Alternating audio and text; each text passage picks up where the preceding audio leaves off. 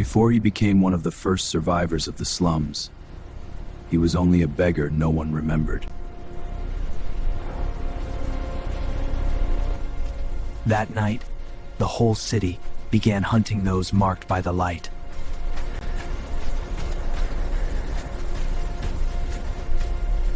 And he did not understand why the worthless stone around his neck had begun to burn. The old world had died, and the beasts were the first to know it.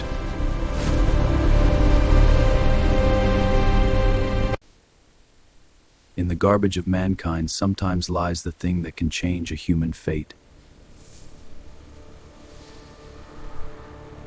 He was not strong, not ready, did not even know what cultivation was, but he had already run out of places to retreat. That was the moment fate forced him to choose, to die as trash or rise as one touched by something greater. Everything began in a garbage field. At the farthest edge of the city, garbage was worth more than human lives. He lived on whatever the rest of the world had thrown away. A good day was simply a day when he found something not yet rotten. People looked at him the way they looked at a bad omen. No one feared him, no one valued him, and no one imagined he belonged to tomorrow. There are humiliations that last so long a person forgets he is still meant to feel them.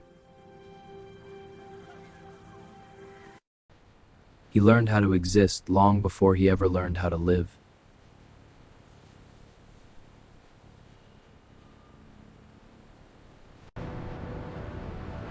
But destiny rarely knocks on polished doors.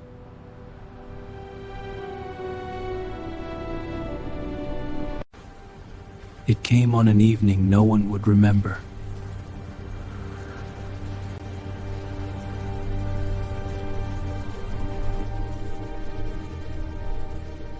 When his hand touched something that did not belong to the dead weight of trash. But beneath the dust, there were lines inside it, like light buried alive. He did not know it was a treasure, he only thought it was the first thing he had ever chosen for himself. They laughed at him for hanging garbage around his neck.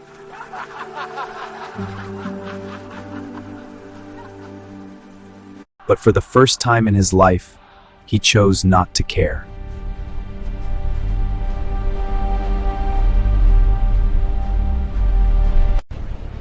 "3 days later, the sky began to change.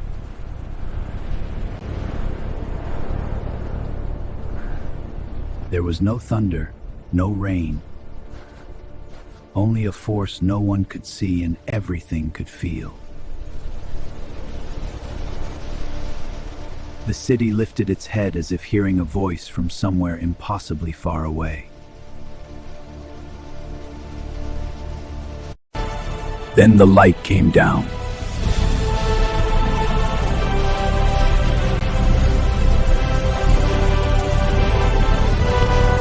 No one could hide from it, not man, not beast, not a single living soul.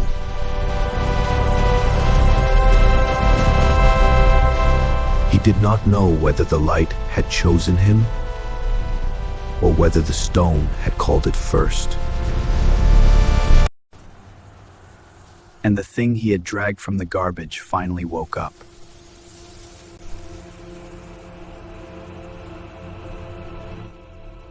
For some, the light was a blessing.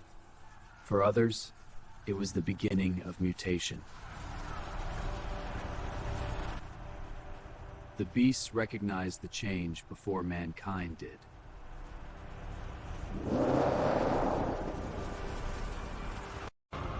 His chest felt as if something inside it had caught fire.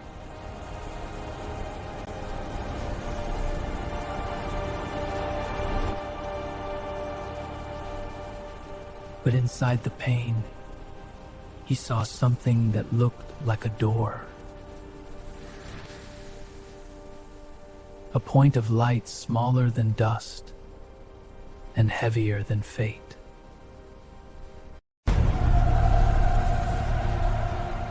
From that moment on, he knew he was no longer the same. And the world around him had changed as well.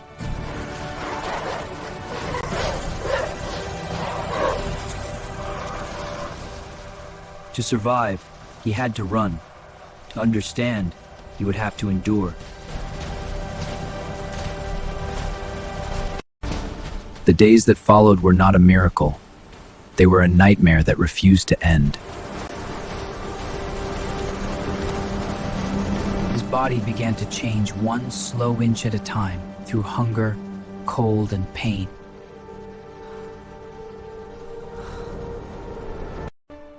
He hid in the kind of places no one ever meant to survive in.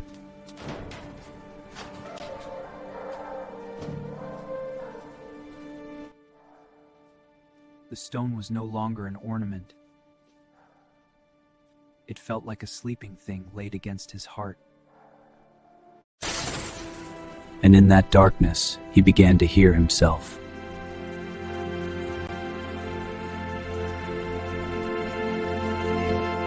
No one taught him cultivation. His body groped toward its first breath on its own. The light was no longer in the sky. It had begun to move through his blood. But the animals adapted faster than human beings ever could.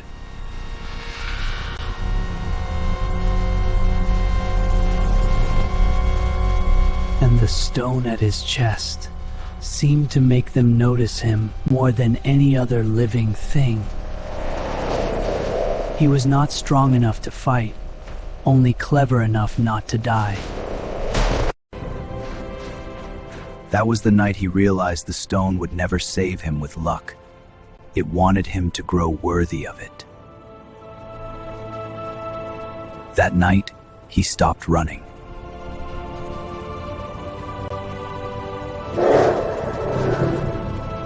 Not because his fear was gone, but because he no longer wanted to live like something forever driven away. He remembered the breath that saved him in the warehouse.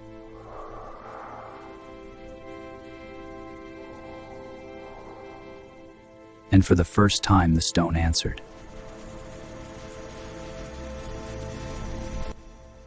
The instinct of the new world always arrived before reason.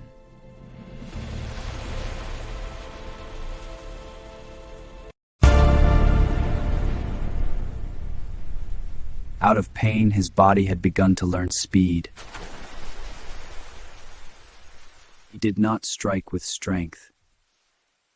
He touched the place where the light inside the creature had gone wrong. That night he won, not with power, but with his first awakening.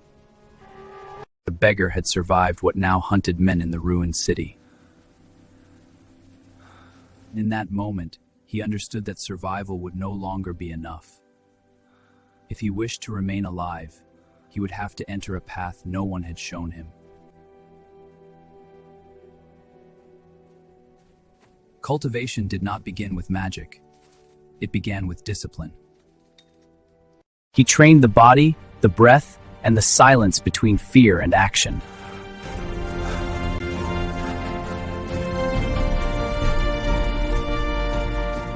The more he trained, the less the stone resembled garbage, and the less it seemed like something dead. The first dawn of the new world was not peaceful, but it belonged to those still able to stand. He was no longer the beggar of yesterday, and not yet the man tomorrow would remember.